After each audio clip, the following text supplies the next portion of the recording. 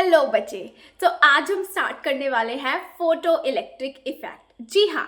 तो स्टूडेंट्स, आपको ध्यान है कि हमने बहुत सारी चीज़ें पढ़ा था कि भाई कुछ चीज़ें तो वेव नेचर से सॉल्व होती हैं और कुछ चीज़ें पार्टिकल नेचर से सॉल्व होती हैं। जी, इलेक्ट्रोमैग्नेटिक रेडिएशन के दो बिहेवियर होते हैं, पार्टिकल और वेव।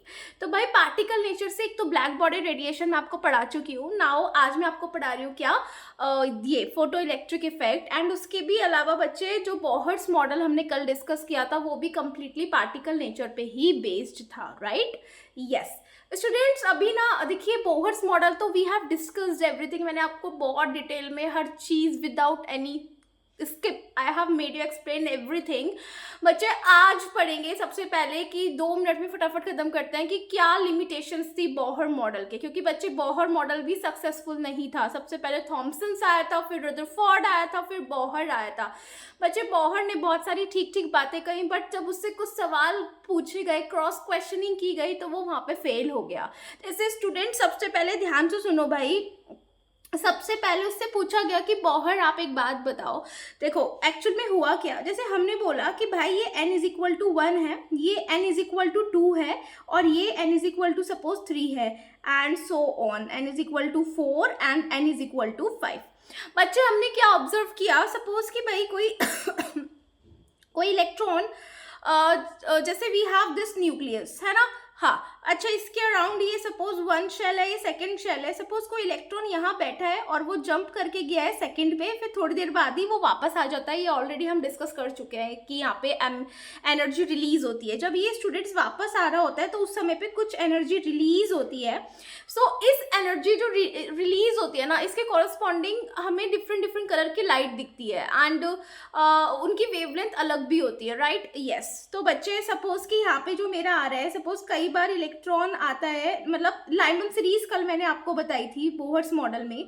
तो लाइमन के अंदर कहाँ पे आ रहा होता है electron, n is equal to 1 पे, लेकिन कहाँ से आ रहा होता है, 2 से भी आ सकता है, 3 से भी आ सकता है, 4 से भी आ सकता है, 5 से भी आ सकता है, एंड 6 से भी आ सकता है, और इनफाइनाइट कहीं से भी वो आ सकता है। पर स्टूडेंट्स, आप एक बात का ध्यान रखो, बोहर ने तो हमें इतनी बात बताई कि देखो ये जो सीरीज ऑफ लाइंस मिली है, that is my Lyman series. But students, बाद में क्या ऑब्जर्व किया गया कि अगर मैं सिर्फ एक इस लाइन की बात करूं तो भाई इसके कॉरस्पॉन्डिंग भी ना मुझे मल्टीपल लाइंस मिली, बहुत सारी लाइंस यहाँ पर प्रेजेंट हैं। तो बोहर से पूछा गया, बताओ आपने तो सिंगल एक लाइन की बात की थी, लेकिन हमें तो यहाँ मल्टीपल लाइंस मिल रही है, एक line corresponds to multiple lines. तो बताओ ऐसा क्यों हुआ? भाई बोहर को नहीं, बोहर तो बस कंफ्यूज हो गया, भाई ये क्या हुआ, मैंने तो सिंगल लाइन को सर्च किया था, यहाँ पे मल्टीपल लाइंस कैसे आ गई? तो भाई यहाँ पे आके बोहर फेल हो गया कि ये जो मल्टीपल लाइंस दिख रही हैं, सपोज अगर 2 लाइन है तो उसको बोल रहे हैं क्या, डबलेट। भाई इसी तरीके से अगर 3 लाइन है तो उसको क्या बोल रहे हैं, ट्रिपलेट। तो यही बोहर से पूछा गया, बताओ डबलेट और ट्रिपलेट लाइंस क्यों आ रही है, तो he has no answer. And इसके अलावा स्टूडेंट्स, एक बात और बताती हूँ भाई क्या हुआ। अच्छा, ये तो पहली चीज थी, अभी दूसरी चीज देखो। बोहर से एक चीज और हमने पूछी कि बोहर, पता है क्या किया इन्होंने किया कि जब आपने हाइड्रोजन एटम को हीट किया, सपोज ये यहाँ पे हाइड्रोजन एटम बहुत सारे प्रेजेंट है, आपने इनको हीट कर दिया। तो जब भी कोई चीज हीट होती है, गर्म होती है, तो उसके आसपास से सपोज ये हीटेड हाइड्रोजन एटम एक बाहर निकाल लिया, तो इसमें से क्या निकल रहे हैं भाई, रेडिएशंस निकल रहे हैं, इलेक्ट्रोमैग्नेटिक रेडिएशंस। तो इन इलेक्ट्रोमैग्नेटिक रेडिएशंस को जब मैंने क्या किया, बाहर से एक्सटर्नल इलेक्ट्रिक फील्ड और मैग्नेटिक फील्ड की प्रेजेंस में रख दिया, तो मैंने देखा कि ये जो इलेक्ट्रोमैग्नेटिक रेडिएशन की जो, जैसे ये एक वेव है, जैसे ये एक वेवलेंथ की लाइट है, तो भाई इसकी जो ये वेवलेंथ की लाइट है, ये स्प्लिटिंग ऑफ लाइंस हो रहा है। यहाँ पे क्या हो जा रहा है, ये वेवलेंथ स्प्लिट हो जा रही है, स्प्लिटिंग ऑफ लाइंस हो जा रहा है ना। तो ये एक लाइन नहीं मिलती, external electric field magnetic field रखने पर ये एक लाइन स्प्लिट हो जाती है कई सारी लाइंस में। तो उनसे पूछा गया, बताओ ऐसा क्यों हुआ? तो बोहर ने कहा, मैं नहीं जानता, मुझे नहीं पता। तो भाई बोहर इन 2 कारणों की वजह से, मेन तो ये 2 कारण थे जिनकी वजह से फेल हो गया। भाई एक बात बताओ, आपकी एनसीईआरटी ने ये भी बताया, जब आपने इलेक्ट्रिक फील्ड की प्रेजेंस में स्प्लिटिंग ऑफ लाइंस देखी, तो इस प्रोसेस को हमने एक नाम दिया, क्या आपकी एनसीईआरटी ने दिया है, स्टार्क इफेक्ट।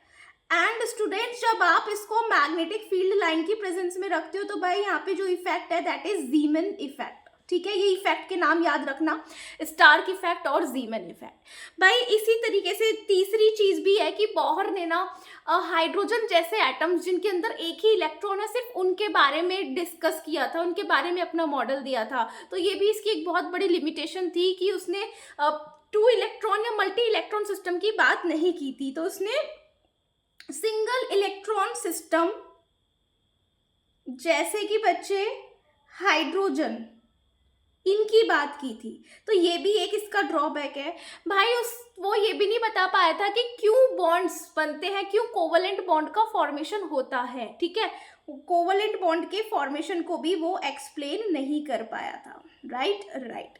चलिए, तो बच्चे ये कुल ये चार हैं जो कि थोड़े से आप माइंड में रखो कि बोहर क्यों फेल हो गया था। अब मैं आपको एक बात बताती हूँ, जैसे कि भाई यहाँ पे डबलेट और ट्रिपलेट की बात हुई थी, तो भाई मैम एक ही तो लाइन थी, लेकिन ये मल्टीपल लाइंस कहाँ से आ गई। तो स्टूडेंट्स यहाँ से हमने फिर बाद में आइडिया लगाया कि देखिए जो मल्टीपल लाइंस आ रही है ये कुछ ऐसी जगह से आ रही है कि इनके अंदर ये जो आप शेल्स की बात करते हो ना, ये जो शेल्स की बात करते हो, इनके अंदर भी कुछ और प्रेजेंट है जिसकी वजह से ये मल्टीपल लाइंस वहां से आती है। तो भाई उनको हमने बाद में क्या नाम दिया था, सब शेल। ठीक है, क्या नाम दिया था, सब शेल। और इसी तरीके से बच्चे सब शेल एंड ऑर्बिटल, मतलब सब शेल हो सकती है या उनके अंदर सब शेल के अंदर भी कुछ और चीजें प्रेजेंट होंगी जहां से ये मल्टीपल लाइंस आ रही हैं। तो हमने सब शेल या ऑर्बिटल, एक्चुअली या मत बोलो, सब शेल एंड ऑर्बिटल का जो कॉन्सेप्ट है वो दिया था। इसको पूरे को ही रब करते हैं। क्या लिख रही हूं मैं, सब शेल एंड ऑर्बिटल का कॉन्सेप्ट, और ये भाई यहां से निकल के आता है।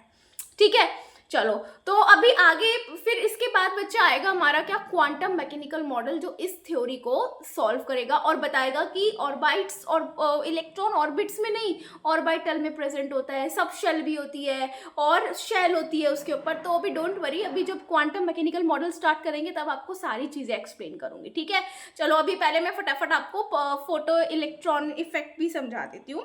फोटो इलेक्ट्रिक इफेक्ट समझते हैं।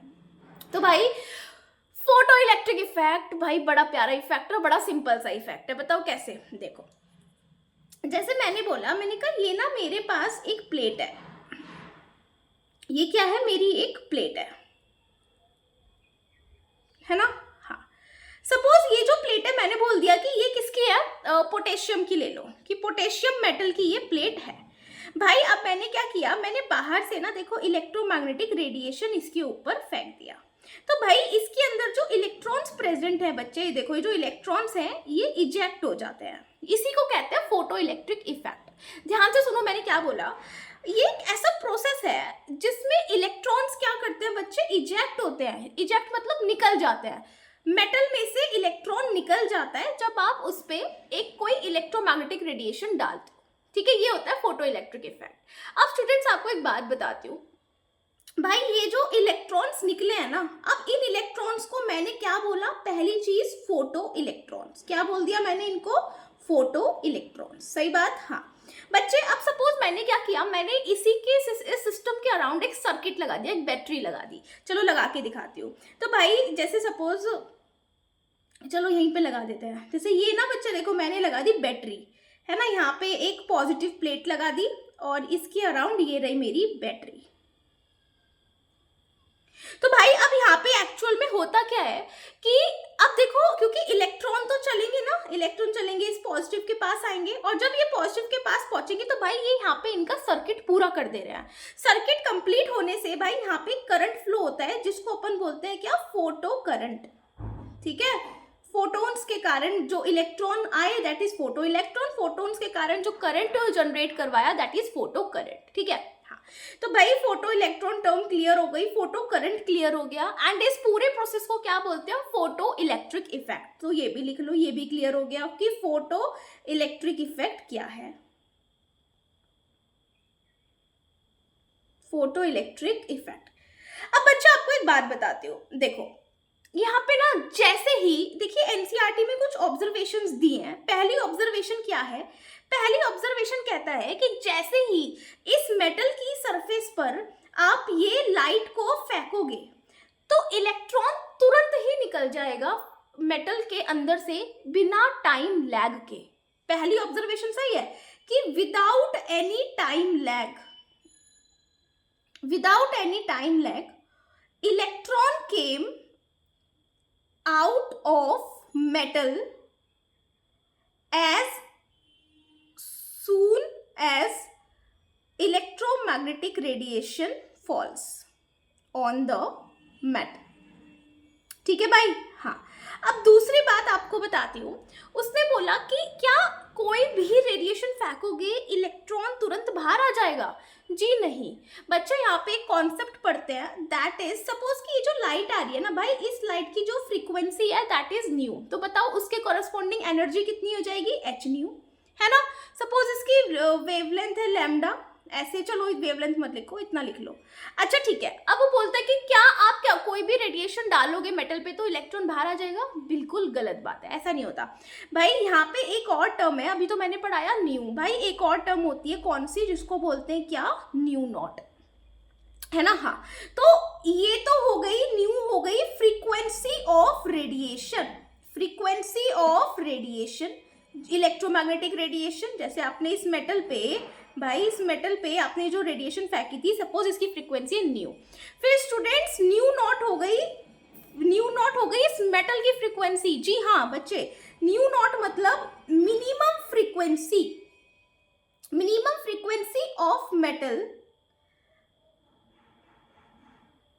minimum frequency required by metal to remove an electron from its surface। बच्चे इसी को अपन क्या बोलते हैं? Threshold frequency.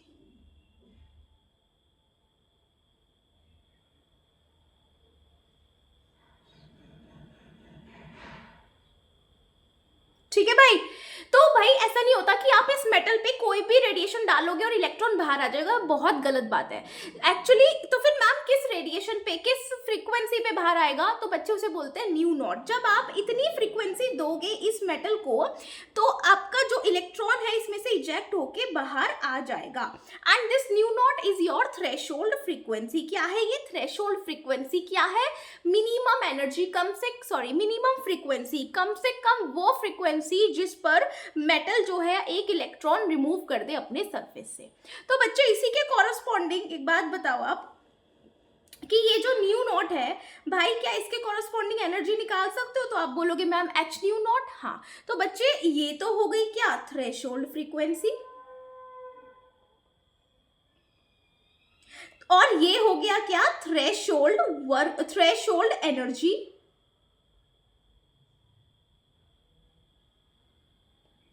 क्या है ये? Threshold energy. बच्चे इसी का एक और नाम क्या है मेरा? Work function.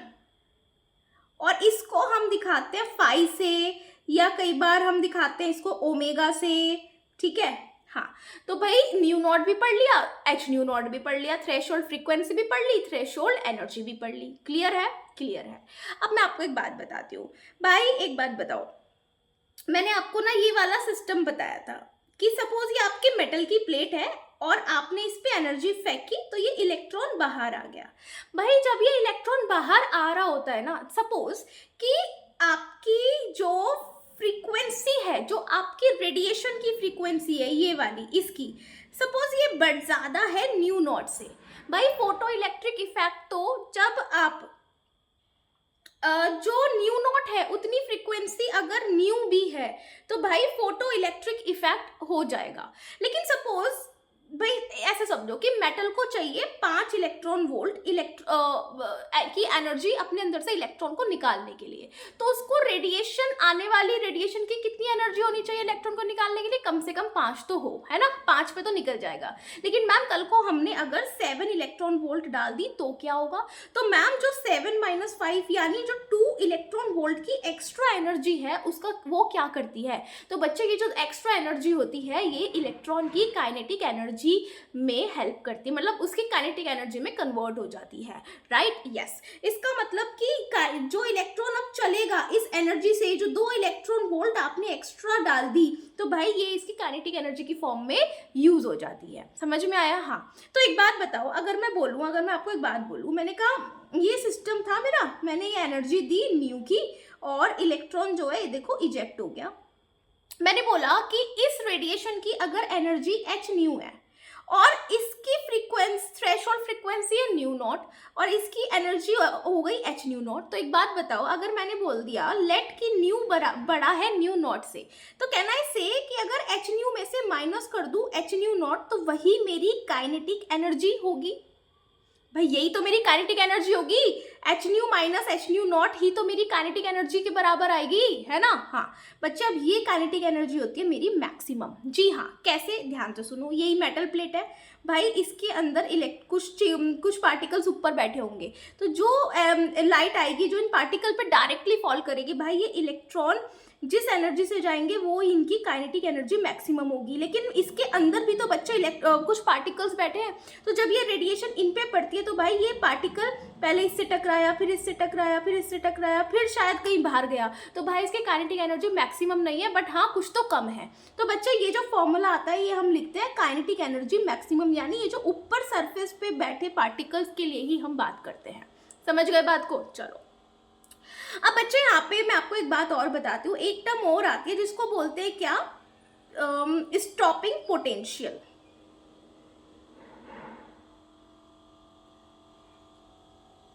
भाई स्टॉपिंग पोटेंशियल क्या होता है? स्टॉपिंग पोटेंशियल मतलब कि जैसे आपको पता है ना, आपने प्लेट लगाई थी, इसके ऊपर रेडिएशन फेंकी थी, फिर कुछ इलेक्ट्रॉन बाहर आया था, फिर हमने क्या बोला था कि भाई एक काम करो, यहाँ पे एक पॉजिटिव प्लेट भी थी, भाई यहीं पे हमने बैटरी जोड़ दी थी, ये सिस्टम याद है ना, अभी बताया था मैंने आपको। तो भाई जब ये मैंने यहाँ पे बैटरी जोड़ी इस तरीके से, तो भाई यहाँ पे पता है क्या हुआ, एक करंट आपका दौड़ा, मैंने समझाया फोटो करंट। हाँ, अब मेरा मन हुआ, भाई हम केमिस्ट्री वाले हैं, हम ना स्टेबल चीज़ों को पसंद नहीं करते, मेरा मन किया उंगली डाल दो, मतलब हमारी आदत है उंगली डालने की। तो हमने क्या किया, भाई एक काम करो, यहाँ पे ना वोल्टेज जो आपने दी है, अब यहाँ पे आप नेगेटिव वोल्टेज दो कि हम इस करंट को रोक दें।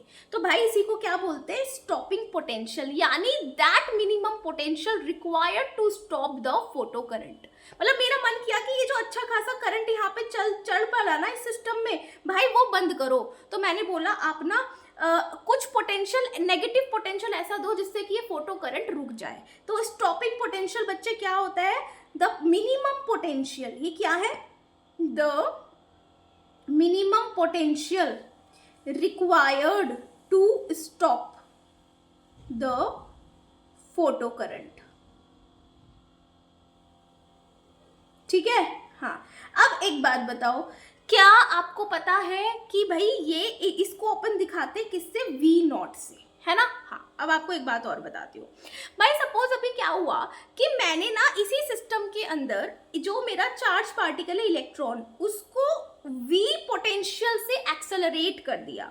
V पोटेंशियल से इस चार्ज पार्टिकल को मैंने क्या कर दिया, एक्सेलरेट कर दिया।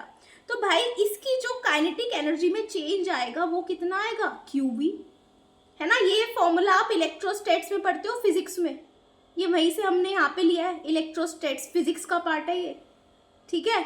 हाँ, तो एक बात बताओ, अगर मैं बोलूँ, मैंने कहा मेरा जो अभी पोटेंशियल है, मैं अगर स्टॉपिंग पोटेंशियल की बात करूँ तो can I right it QV0 and this is my stopping potential.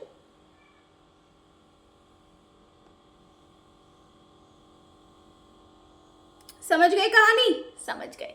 चलो तो भाई अभी आप मेरे को एक बात बताओ, अभी ना मैंने आपको एक फॉर्मूला पढ़ाया था, क्या था वो, कि काइनेटिक एनर्जी बराबर होता है h nu minus h nu not. क्या भाई काइनेटिक एनर्जी को लिख सकते हो, हाफ mv² बराबर h nu minus h nu not, है ना। हाँ, तो भाई एक बात बताओ, चलो इसी फॉर्मूले को दोबारा लिख लेते हैं। क्या है ये, कि काइनेटिक एनर्जी बराबर h nu minus h nu naught. भाई ये क्या है, y is equal to mx plus c, कुछ ऐसी इक्वेशन नहीं है। तो यहाँ पे एक बात बताओ, c क्या है मेरा, intercept. What is my c, intercept. तो भाई जब c मेरा इंटरसेप्ट है जो कि कैसा है, नेगेटिव है, तो और y पे कौन है, चलो ग्राफ बनाते हैं।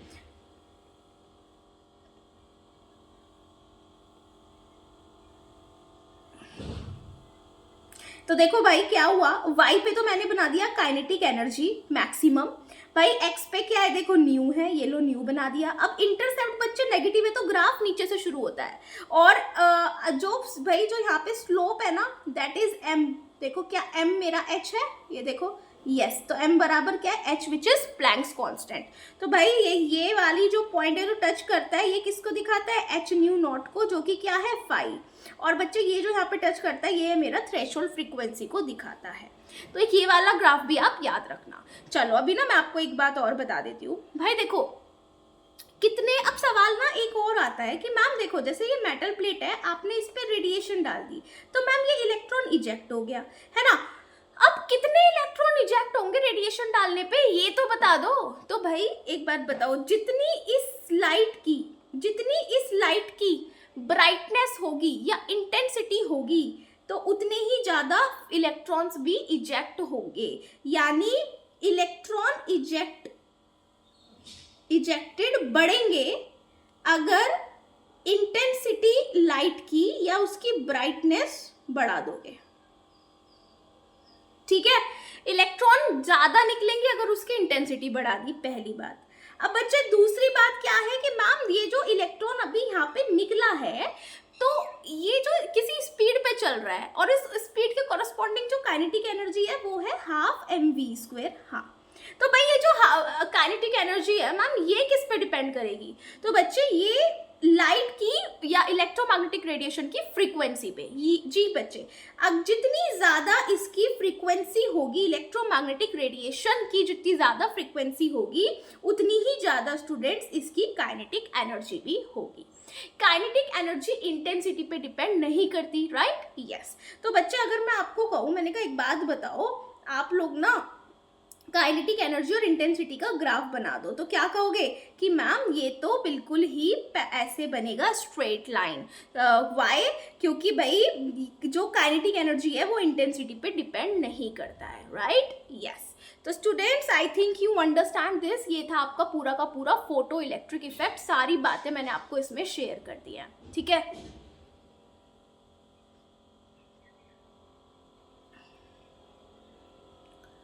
चलो फटाफट से एक क्वेश्चन भी कर लेते हैं। क्वेश्चन क्या कहता है, देखो 2026 में आया था अप्रैल शिफ्ट में, the surface of sodium metal is irradiated with radiation of wavelength x nanometre, ठीक है। तो यानी कि हमने क्या लिया है, एक सोडियम मेटल लिया है और इस पे जो वेवलेंथ डाली है उसकी है x नैनोमीटर। बोल रहा है the kinetic energy of ejected electron की जो काइनेटिक एनर्जी है, जो इलेक्ट्रॉन यहाँ से इजेक्ट हुआ है भाई, इसकी जो काइनेटिक एनर्जी है वो कितनी आई है, एक सेकेंड,